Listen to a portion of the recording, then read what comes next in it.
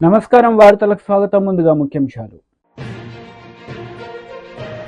శాసనసభ సమావేశంలో పాల్గొన్న సీఎం చంద్రబాబు నాయుడు పలు అంశాలపై దిశానిర్దేశం. BRS leader Jeevan Reddy press meet, CM Revanth రెడ్డిపై ఫైర్. టీడీపీ అధినేత సీఎం చంద్రబాబు నాయుడు శాసనసభ సమావేశంలో పాల్గొన్నారు. ఈ సందర్భంగా ఆయన మాట్లాడారు. 16వ సభ 9 సభల్లో ఉన్నాను, అంటే అన్ని సభలను చూశాను. నా జీవితంలో ఎప్పుడూ చూడని సభ మొన్న జరిగిన సభ, 15వ శాసనసభ. కానీ ఇప్పుడు నేను కోరుకునేది మీ దగ్గర నుంచి, అది ఒక చెడు సభ కింద, ఒక కౌరవ సభ కింద మనం భావించాం. కానీ అత్యున్నతమైన సభగా 16వ శాసనసభని నిర్వహించే బాధ్యత మనందరిపైన ఉంది. గౌరవప్రదంగా నిర్వహించాలి. అదే సమయంలో ఇక్కడుండే ప్రతిపక్షాల దృష్టిలో పెట్టుకొని కాదు, 24 గంటలు మనం ప్రజలతో ఉండాలి. ప్రజాప్రభుత్వంగా ప్రజలకు జవాబుదారితనంగా ఉండాల్సిందిగా నేను మిమ్మల్ని అందరినీ కోరుకుంటున్నా.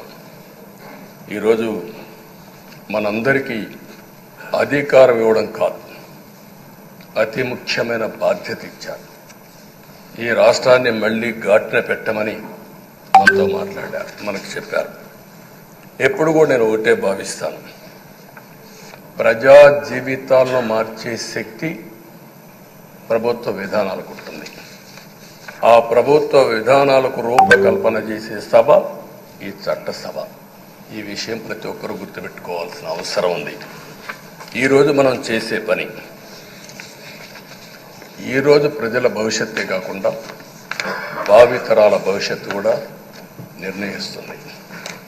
ఈరోజు భారతదేశం 91లో ఆర్థిక సంస్కరణలు వచ్చాయి.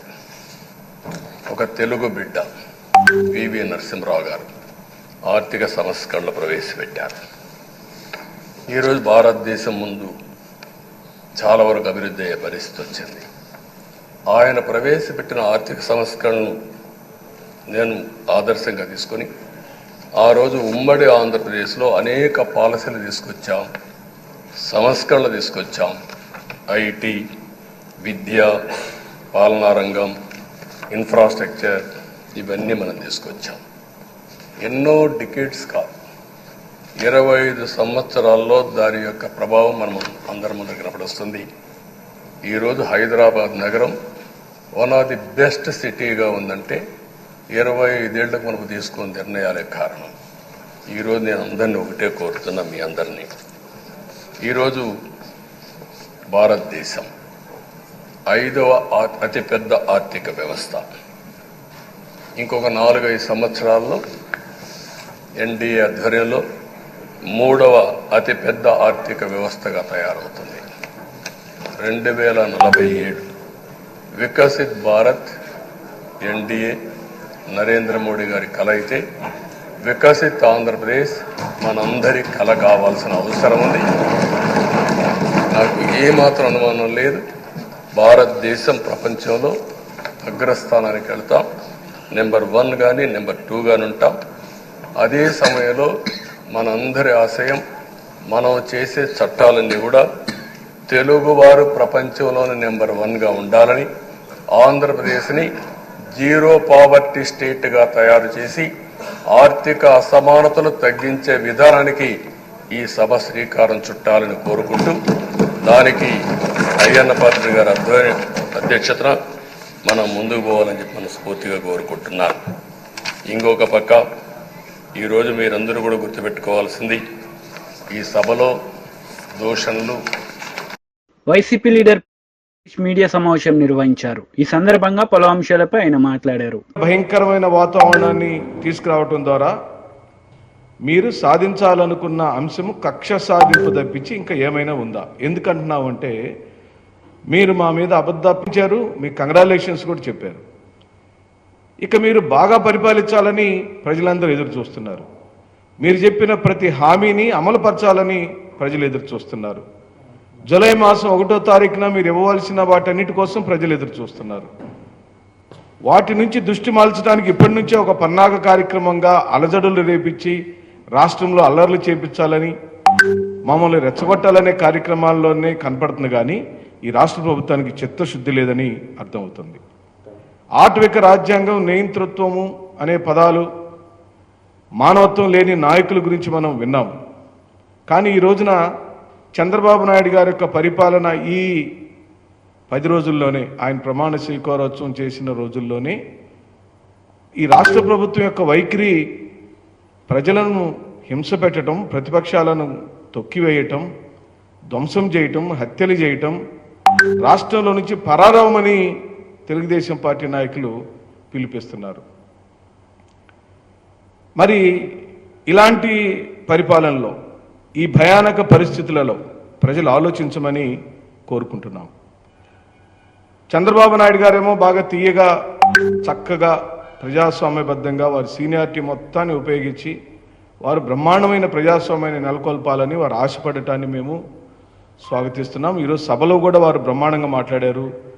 ఎక్కడ కూడా అల్లరి చిల్లరి గొడవలు ఉండటానికి వీల్లేదు, ఎవ్వరు కూడా క్రమశిక్షణగా ఉండాలి అంటూనే ఉదయం 10 గంటలకు క్రమశిక్షణ గురించి మాట్లాడిన చంద్రబాబు నాయుడు గారు తెల్లవారుజామున 5:30కు బుల్డోజర్లు పంపించి రాష్ట్ర కార్యాలయాన్ని కూల్చేపించారు. నిజంగా ఆశ్చర్యం వేసింది. అక్రమ కట్టడాలన్నిటినీ కూల్చివేయటమే ప్రభుత్వం యొక్క విధానమైనప్పుడు ఈ రాష్ట్రంలోని అక్రమ కట్టడాలన్నిటికి సంబంధించిన సమాచారం మీరు అనుకుంటే 5 నిమిషాల్లో మీరు తెప్పించుకోగలుగుతారు. దానిలో మీ యొక్క నివాసమైన కరకట్టకి కృష్ణానదికి మధ్యలో ఉన్న మీ నివాసం కూడా అది అక్రమమైన కట్టడమే అని గతంలో నీటిపారుదల శాఖ మంత్రిగా పనిచేసిన దేవినేని ఉమా గారు ఆ బిల్డింగ్ యజమానులకు నోటీసులు ఇచ్చిన మాట వాస్తవమా కాదా? ఈ రోజున హైకోర్టు ఇచ్చిన ఆదేశాల మేరకు ప్రభుత్వంచే లీజుకు తీసుకున్న స్థలంలో కార్యాలయాన్ని నిర్మించుకున్న మేము ఏం తప్పు చేసామని అడుగుతున్నాం. ఏ పార్టీ కార్యాలయాలైనా ప్రభుత్వ భూమికి సంబంధించిన భూములను ఒక అర్జీ ద్వారా మాకు కావాలని అడిగినప్పుడు ఆ ప్రభుత్వం సమ్మతిస్తే అక్కడ నిర్మాణాలు జరుగుతాయి. ప్రభుత్వం సమ్మతించింది కాబట్టే నిర్మాణం జరిగింది. ఏ పార్టీ కార్యాలయాలైనా ఆ విధంగానే అడుగుతారు, లీజుకు తీసుకుంటారు, నిర్మాణాలు చేస్తారు, తర్వాత ప్రభుత్వాలకు అప్పజెప్పే కార్యక్రమాలు జరుగుతుంది. ఇలాంటి కార్యక్రమాలు ఒకవైపున చేస్తూనే ఈ రోజున స్పీకర్ గారిని నిర్ణయించారు. వాళ్ళ సొంత వ్యవహారంలాగా ఒక నిర్ణయం తీసుకున్నారు. ఈ రాష్ట్ర ప్రజలందరూ కూడా గమనించాలి. మేము బలహీన వర్గాలకు సంబంధించిన అయ్యన్న పాత్రుడు గారు, ఆ బీసీ సామాజిక వర్గానికి సంబంధించిన వారు స్పీకర్ స్థానంలో కూర్చోటాన్ని మేము స్వాగతిస్తున్నాం. బీఆర్ఎస్ లీడర్ మీడియా సమావేశం నిర్వహించారు. ఈ సందర్భంగా పలు అంశాలపై ఆయన మాట్లాడారు.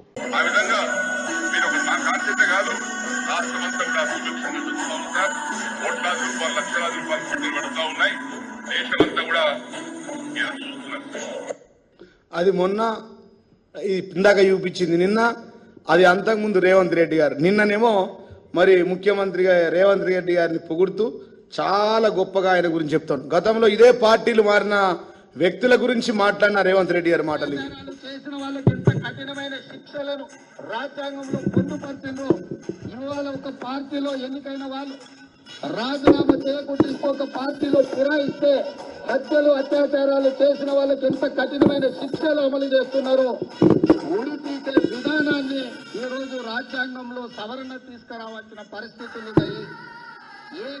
పార్టీ ఫిరాయింపుల గురించి రేవంత్ రెడ్డి గారు ఉరి శిక్ష వేయాలా, ఒక పార్టీలో గెలిచి ఇంకో పార్టీలో పోతాని చెప్పింది ఇదే ముఖ్యమంత్రి, ఈ రోజు ముఖ్యమంత్రి రేవంత్ రెడ్డి గారు రాజ్యాంగ సవరణ తీసుకురావాల్సిన అవసరం ఉన్నది. ఈ విధంగా ముఖ్యమంత్రి రేవంత్ రెడ్డి గారు వారు మాట్లాడుతూ ఉంటే ఆయన ఊసరవిల్లక పార్టీలు మారుస్తూ ఉండి ఇలా నిజామాబాద్ జిల్లాలో గౌరవ ముఖ్యమంత్రి కేసీఆర్ గారు, ఈ రాష్ట్రంలో ఆ రోజు ముఖ్యమంత్రి కేసీఆర్ గారు ఈయనకి ఇచ్చినంత విలువ ఎవరికి ఇయ్యలే, ఈయనకు వచ్చిన నిధులు ఎవరికి ఇయ్యలే.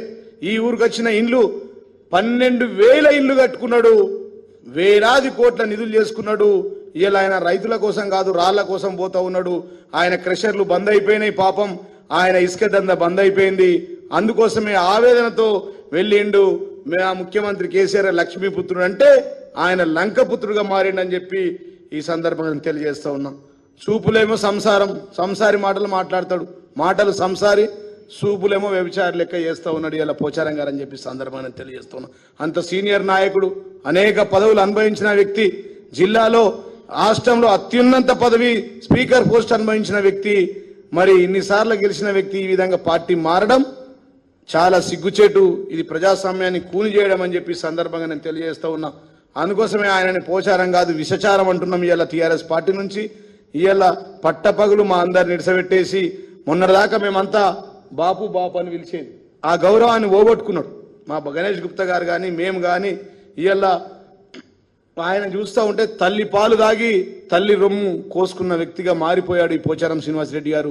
అధికారం లేకపోతే బతకలేడా అని చెప్పి ఈ సందర్భంగా వారిని మేము అడుగుతా ఉన్నాం అనేక సార్లు. ఇంకా అనేక సందర్భాల్లో ఆయన నియోజకవర్గంలో 500 ఎకరాలు ఒక్కరోజు అడిగితే ఇచ్చేసి గుడి కోసం గుడి నిర్మించినటువంటి వ్యక్తి మా ముఖ్యమంత్రి, ఆనాటి ముఖ్యమంత్రి కేసీఆర్ గారు.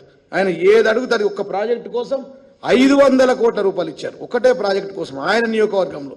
ఆయన ఏది అడుగుతుంది జీవోల రూపంలో అర్ధ గంటల బయలుదేరి అంత గౌరవం ఇచ్చి అంత విలువ ఇచ్చినటువంటి బీఆర్ఎస్ పార్టీని ఇలా మోసం చేసిపోయిన వ్యక్తి ఖచ్చితంగా కూడా మళ్ళా రేపటి రోజున రేవంత్ రెడ్డిని కానీ కాంగ్రెస్ పార్టీని కూడా మోసం చేస్తాడు.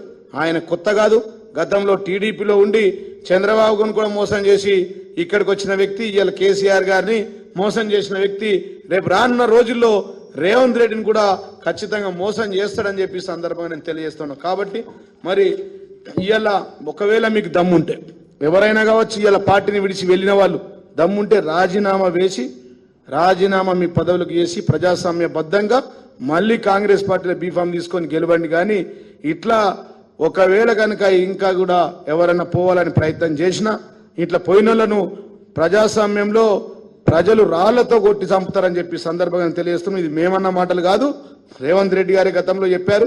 ఒక పార్టీ నుంచి గెలిచి ఇంకో పార్టీ నుంచి వచ్చిన వ్యక్తిని ప్రజాస్వామ్యంలో ప్రజలు నియోజకవర్గాలకు రానియద్దు, రాళ్లతో కొట్టాలని చెప్పారు. మీకు దమ్ముంటే రాజీనామా చేసి మళ్ళీ గెలవడానికి ప్రయత్నం చేయాలి. కానీ ఇలా ఒక బీఫామ్ మీద తీసుకున్నటువంటి వ్యక్తులను ప్రజలు క్షమించరు. ఇలా నేను బాన్స్వాడలోని టీఆర్ఎస్ నాయకులకు కూడా విజ్ఞప్తి చేస్తున్నాం. అనేక మంది యువత అక్కడ ఉన్నారు, మీకు మంచి అవకాశం వస్తుంది. రానున్న రోజుల్ని అతి తొందరలోనే బాన్స్వాడలో ఎన్నికలు కూడా జరుగుతాయి.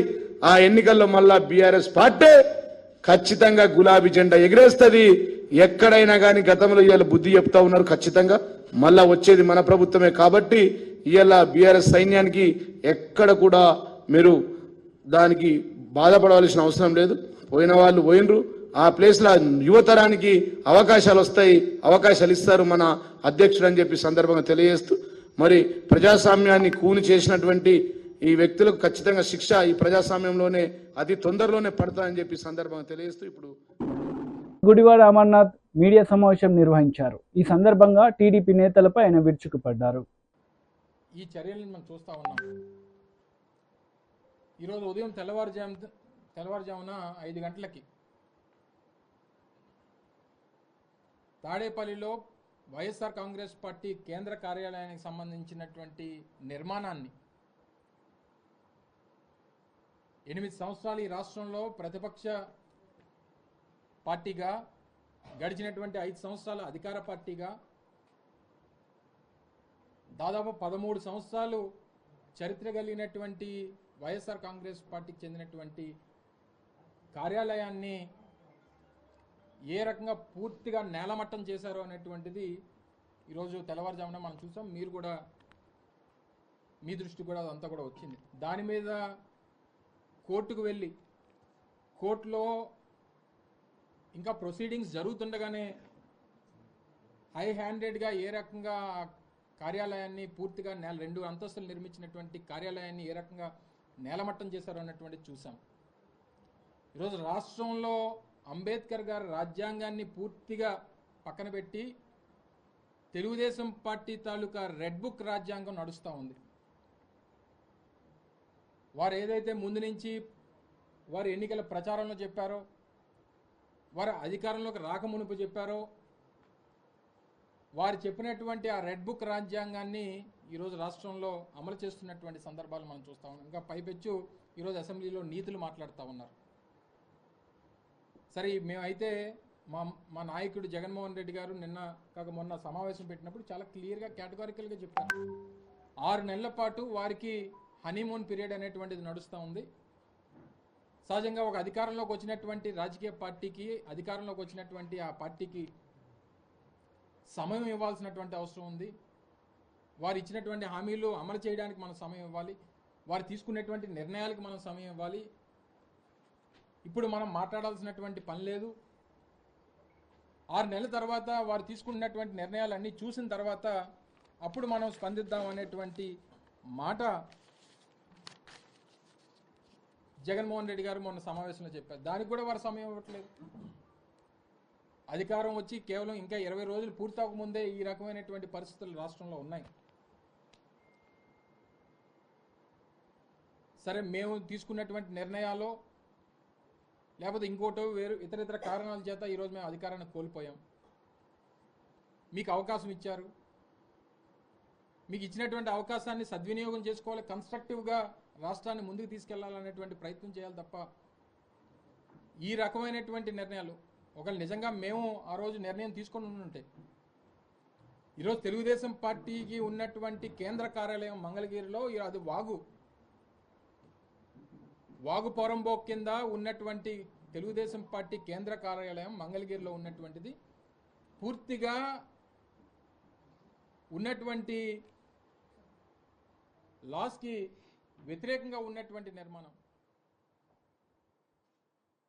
సో ప్రజాస్వామ్యంలో బీజేపీ లీడర్ మీడియా సమావేశం నిర్వహించారు. ఈ సందర్భంగా పలు అంశాలపై ఆయన మాట్లాడారు. అసైన్ చేసినటువంటి భూముల్ని ఇవి లావణి పటాని, ఇవి కారీజ్ ఖాతా అని చెప్పి ఈ భూములు మీ పేరు మీదకి మారాయని చెప్పి మీరు వీటిని మాకు ఇస్తే 10,000, 20,000, 50,000 ఇస్తాం, తీసుకోండి, లేదంటే ఈ భూములు మొత్తం ప్రభుత్వానికి స్వాధీనం చేసుకుంటామని చెప్పి తెలివిగా తన కంపెనీ రాజపుష్ప పేరు మీద కాకుండా 5 ఎకరాలు 10 ఎకరాలు ఫామ్ ల్యాండ్స్ పేరిట అనేక రకాలైనటువంటి కంపెనీల పేరు మీదకి మార్చుకున్నట్టు మా దృష్టికి ఆ గ్రామ దళితులు తీసుకొచ్చారు. దానికి సంబంధించినటువంటి ఫైల్ మొత్తం అప్డేట్ కోసమని జిల్లా కలెక్టర్ గారిని అడిగినాం. త్వరలోనే దానికి సంబంధించిన వివరాలు వస్తాయి. ముందుగా దళితులకు అసైన్ అయినటువంటి భూమి కాబట్టి మొదట క్షీరసాగర్ నుంచే ఆ పని మొదలు పెడతాం. మొదట ఆ పని ముందుకు సాగిన తర్వాత మిగతా మండలాలలో. సో మనుషులకు ఎప్పుడు కాన్ఫిడెన్స్ వస్తుందంటే ఒక దగ్గర సక్సెస్ అయితే మా భూములు కూడా ఇక పలానా ఆయన గుంజుకున్నాడని రావడానికి అవకాశం ఉంటుంది. మేము మా కార్యక్షేత్రంగా ములుగు మండలం క్షీరసాగర్ని ఎంపిక చేసుకోవడం జరిగింది. ఆ క్షీరసాగర్లో దాదాపు 80 దళిత కుటుంబాలకు ఇచ్చినటువంటి భూమి విషయంలో ఏ కలెక్టర్, ఏ జాయింట్ కలెక్టర్ ఎన్ని రికార్డులు దిద్దినా, ఎన్ని కోట్లకి వెళ్ళి ఇంజక్షన్ ఆర్డర్ తెచ్చుకున్నా బరాబర్ ఆ దళితుల భూమిని దళితులకే వాళ్ళు సరెండర్ చేసినారని చెప్పి ఒక కాగితాన్ని క్రియేట్ చేసినారు. ఈ భూమి మాకు అవసరం లేదని దళితులు వాళ్ళంతటా వాళ్ళే భూమి సరెండర్ చేసినారని కొత్త కథ తయారు చేసినారు. అది పూర్తిగా తప్పది. దానికి సంబంధించి ప్రజాక్షేత్రంలోనే తెలుసుకుంటాం. ములుగు మండలం క్షీరసాగర్లోంచే వారు అక్రమంగా తీసుకున్నటువంటి భూములకు తోటి కార్యాచరణ మొదలవుతుంది. జూలై 3 వరకు మాకు పార్లమెంట్ ఉంది. జూలై 5 తర్వాత ములుగు మండలాన్ని విజిట్ చేస్తాం. క్షీరసాగర్ నుంచే భూసేకరణ కార్యక్రమంలో వారు చేసిన అవకతవకల్ని ప్రజల ముందు ఉంచుతాం. హలో అన్నా, నమస్తే. నేను సిద్దిపేట విజయనగర జిల్లా స్టాఫర్ దేవులపల్లిలే. మీరు దుబ్బాక ఎమ్మెల్యేగా ఉన్నారు. అయితే మల్లన్న సాగర్లో ఇంతవరకు చెక్కులు ఇచ్చినవి కూడా పెండింగ్ ఉన్నాయన్న. అవి దృష్టిలో పెట్టుకొని ఆ చెక్కులు ఇప్పటి వరకు గత టీఆర్ఎస్ ప్రభుత్వం అంటే మనం వెంకటరామరెడ్డి ఉన్నప్పటి నుంచి తిరిగి చాలా మంది బేజారైపోయినరు. ఇప్పటి వరకు కూడా ఇంకా అమౌంట్ రాలేదన్న. చాలా మంది ప్యాకేజీలు రావాల్సి ఉన్నాయి, అవన్నీ పెండింగ్ ఉన్నాయి. మరి జర ఇవి మీ శ్రద్ధతోనైనా వాళ్ళకు ఇప్పిస్తారని నేను ఆశిస్తున్నానన్న. నేను ఎమ్మెల్యే గెలిచే కంటే ముందు కొన్ని కోర్టు డిగ్రీల పేరిట, కొన్ని కాంప్రమైజ్ డిగ్రీల పేరిట కలెక్టర్ కార్యాలయంలో సంతకాలు తీసుకొని ఎవరైతే విలేజ్ని వదలడానికి వాలంటరీగా ఒప్పుకొని వెళ్ళిపోయినారో అన్న వాళ్ళకి తప్ప మిగతా వాళ్ళందరికీ నేను గెలిచిన తర్వాత మళ్ళీ పిలిచి కలెక్టర్ గారితో రీకన్సిలేషన్ మీటింగ్స్ పెట్టినాం. కొన్నిట్లలో కోర్టులలో మళ్ళీ పిటిషన్స్ ఫైల్ చేసినామన్నా. చెక్స్ ఏమన్నా ప్రభుత్వం ద్వారా చెక్స్ ఇష్యూ చేయబడి తిరిగి చెక్స్ చెల్లించబడక పెండింగ్ ఉన్నటువంటి ఏ చెక్కులు ఉన్నా కానీ జూలై 10 నుంచి జూలై 30 వరకు నాకు అందజేసేటువంటి ప్రయత్నం చేయండి. తప్పకుండా ఆ చెక్కులని ప్రభుత్వాన్ని ఒప్పించి క్లియర్ చేపిస్తానండి. తప్పకుండా. బీఆర్ఎస్ లీడర్ మీడియా సమావేశం నిర్వహించారు. ఈ సందర్భంగా పలు అంశాలపై ఆయన మాట్లాడారు. భారతదేశంలో గణనీయమైనటువంటి రికార్డు స్థాయి పంటల నమోదు చేస్తే జాతీయ స్థూల ఉత్పత్తికి, స్థూల ఆదాయానికి తెలంగాణ కాంట్రిబ్యూషన్ పెరిగింది. నేషనల్ జీడిపికి తెలంగాణ కాంట్రిబ్యూషన్ పెరిగింది. తెలంగాణ జీడిపి పెరిగింది. తెలంగాణలో తలసరి ఆదాయం పెరిగి దేశంలో నంబర్ 1 అయింది సిక్కిం తర్వాత. ఇవన్నీ కళ్ళ ముందు ఉన్నటువంటివే.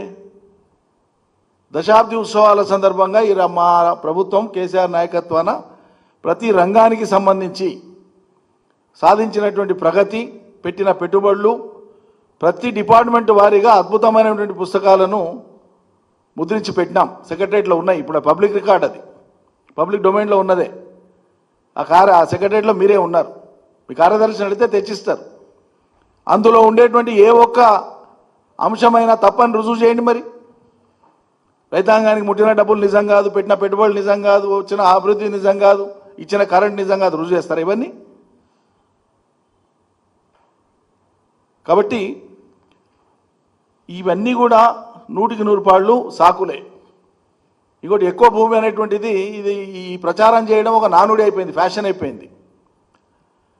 తెలంగాణలో ఉండేటువంటి మొత్తం వ్యవసాయ భూమిలో పట్టదారు పాస్ పుస్తకాలు కలిగి వ్యవసాయ భూమిగా నమోదై ఉన్న మొత్తం భూమిలో 1,52,00,000 ఎకరాల భూమిలో 5 ఎకరాల లోపు భూ విస్తీర్ణం కలిగినటువంటి కమతాల సంఖ్యనే అత్యధికం, 92.5%. టోటల్ అగ్రికల్చర్ ల్యాండ్లో 92.5% భూమి 5 ఎకరాల లోపు ఉండే రైతుల చేతుల్లోనే ఉంది.